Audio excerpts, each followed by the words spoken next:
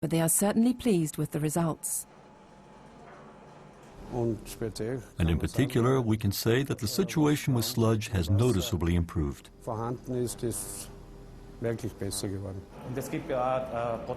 We also have records and measurements to prove it.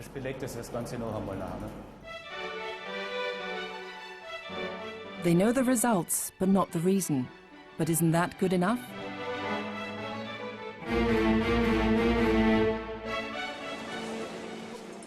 Farmtech is a German company near Karlsruhe that produces plastic parts of all kinds. To maintain high material quality, the plant needs a good cooling system. We used to fill our cooling system with untreated tap water. Often, within only a couple of months, we'd find that the water had gradually gone bad.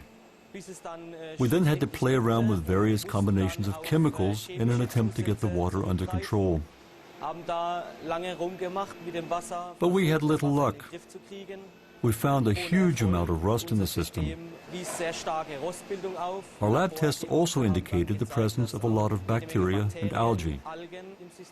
All the problems pretty much disappeared when we switched over to the grander system. We just don't have to deal with these issues anymore. Water is a crucial factor in our production process. We needed process stability, and now we have it. We're not much interested in taking water samples because we're not physicists or chemists. We prefer to stick to what we know best. If you had asked me last year whether such a simple change could have allowed us to use water without chemical treatment, I would have said, no way, not a chance. Aufrechtzuerhalten. Ohne Chemie hätte ich gesagt, nein, es funktioniert nicht.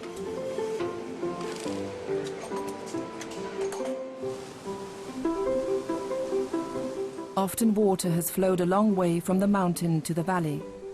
There is an old proverb that says, water is not clean until it has flowed over a stone 7 times. There has been practically no research into the question of the importance to water of motion. What does the water pick up along its way, from the air and from its surroundings? Does it bring information with it from inside the earth? Has it absorbed oscillations from minerals and ores? If so, can human beings retrieve it at the mouth of the stream?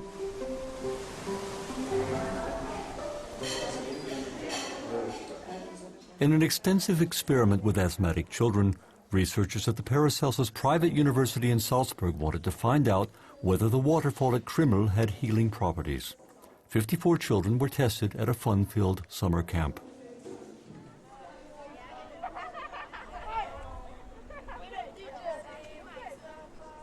A group of children spent a fun-filled holiday at Krimml, but far from the thundering waterfall. They were in high spirits. At the end of the 3 weeks, their lungs were tested.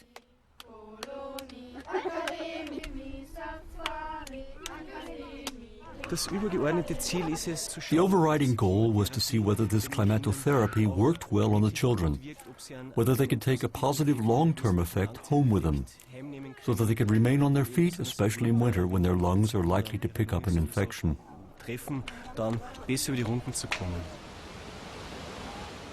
The second group of children spent 1 hour a day at the waterfall, where the young asthma patients inhaled the spray. The microclimate of a waterfall has a high concentration of ions in the air. The humidity is almost 100%. This is the other group of children, the group that played for an hour a day at the waterfall and was exposed to the waterfall. Their lung function was also tested parallel to the other group.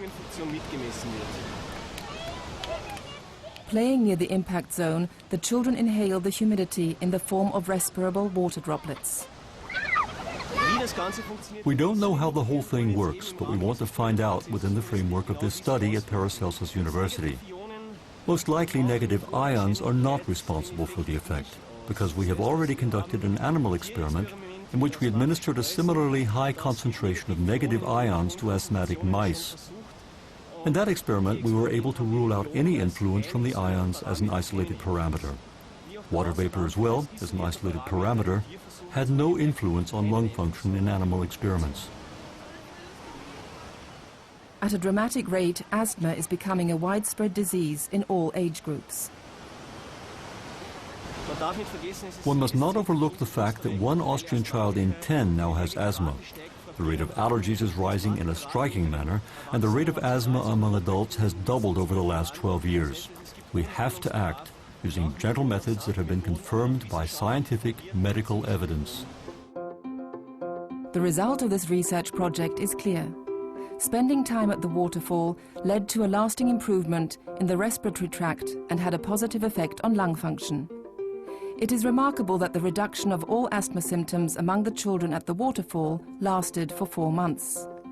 Ultrafine electrically charged water particles were transported through the respiratory tract to the lungs by the microfine mist, causing lasting, functional, symptomatic and immunological improvement.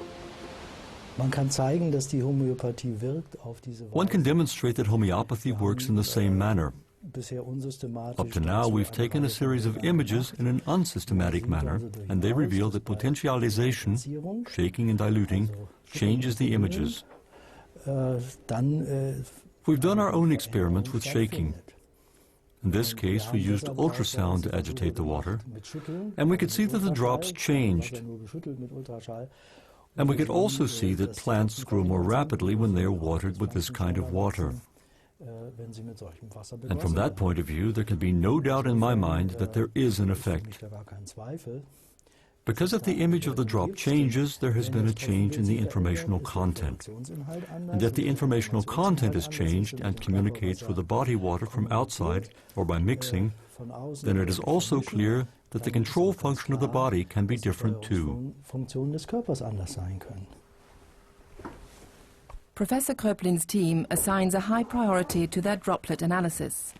A simple visit to the dentist can become a spectacular experiment.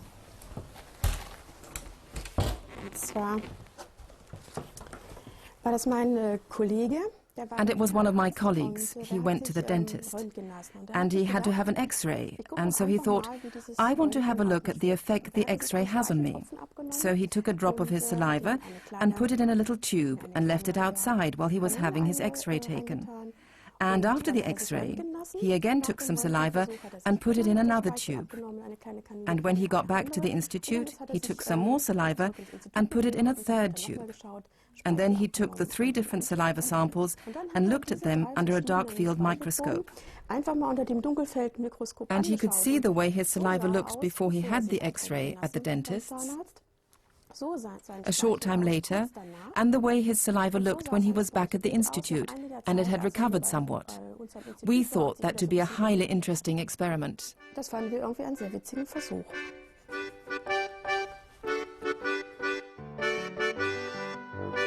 Water plays a decisive role in everyday life in the preparation of food. Bakers in particular are aware of that.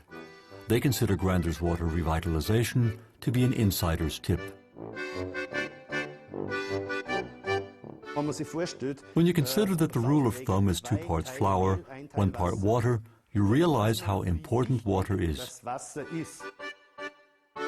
Master baker Josef Schnallinger from Pramet in Upper Austria secretly installed water revitalization equipment at his bakery. The bakers came to me and said, the sourdough runs over every day. There must be something wrong. What's going on?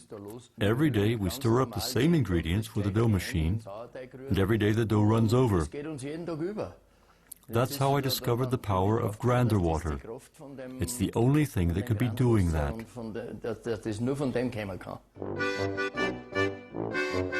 News of the special effect of the water spread like wildfire among the baking community.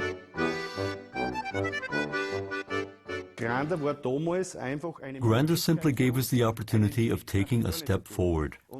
The dough has become more lively because of it. We use less yeast, but as a side effect, the dough takes up more water and simply makes the bread easier to digest. We get bread that has a smoother taste and stays fresh longer. For us, these are fundamentally important aspects. We no longer need additives like guar gum or swelling flour. Instead, we use high-quality flour and